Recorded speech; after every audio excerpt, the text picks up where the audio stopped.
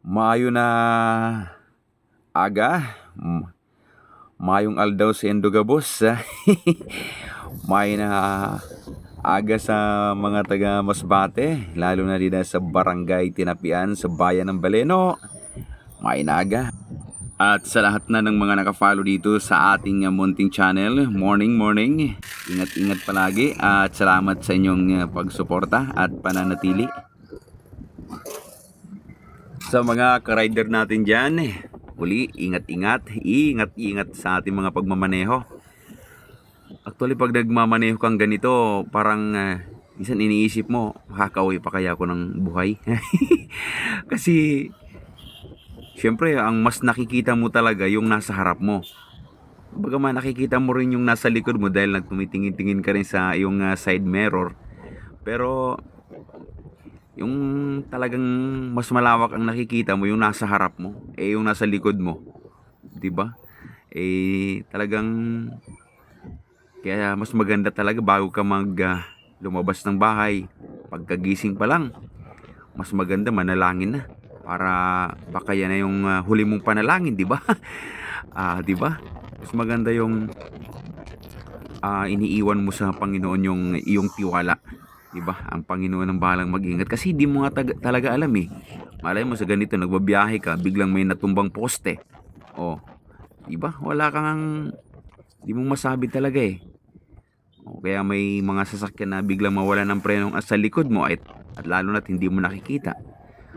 Kahit naka LRT ka paano kung naglindol, di mo talaga masabi. Kaya mas maganda talaga sa bawat oras makagawa ka ng mabuti. Kagaya nito, ayan nakago pero may tumatawid. Pag nasagasaan ka diyan, tapos ka. Buti na lang may bantay. Paano kung wala? Sinaway yung lalaki at babae. Wag mo na kayong tatawid, pambihira kayo nakago eh. Gusto nyo bang madurog-durog diyan? Pambihira. Huwag matitigas ang ulo sa mga tumatawid. Bastang tatawid ng nakagungay, tatawid ka. Ako, talaga. Sana makakita tayo ng nagtitinda ng buko. Meron dito eh. Mauhaw na. Talagang ang bilis ng oras. May buko.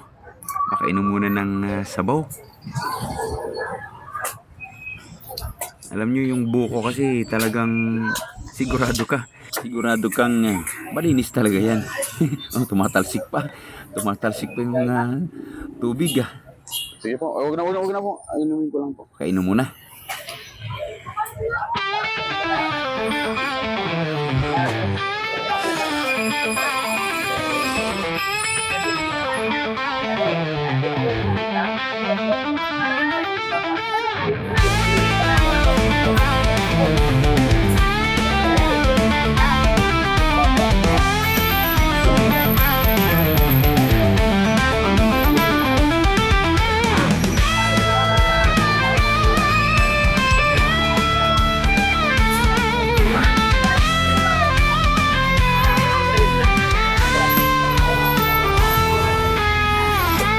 Papabiyak natin para makain ba natin yung laman. Masarap din ang laman yan eh. Ganyan lang kami pagka uminom sa probinsya at pakabutas ng buko, tutunggain lang. Ganun kasimple ang buhay sa probinsya namin eh. At medyo mahal na pala ngayon ang buko 45 na isang piraso.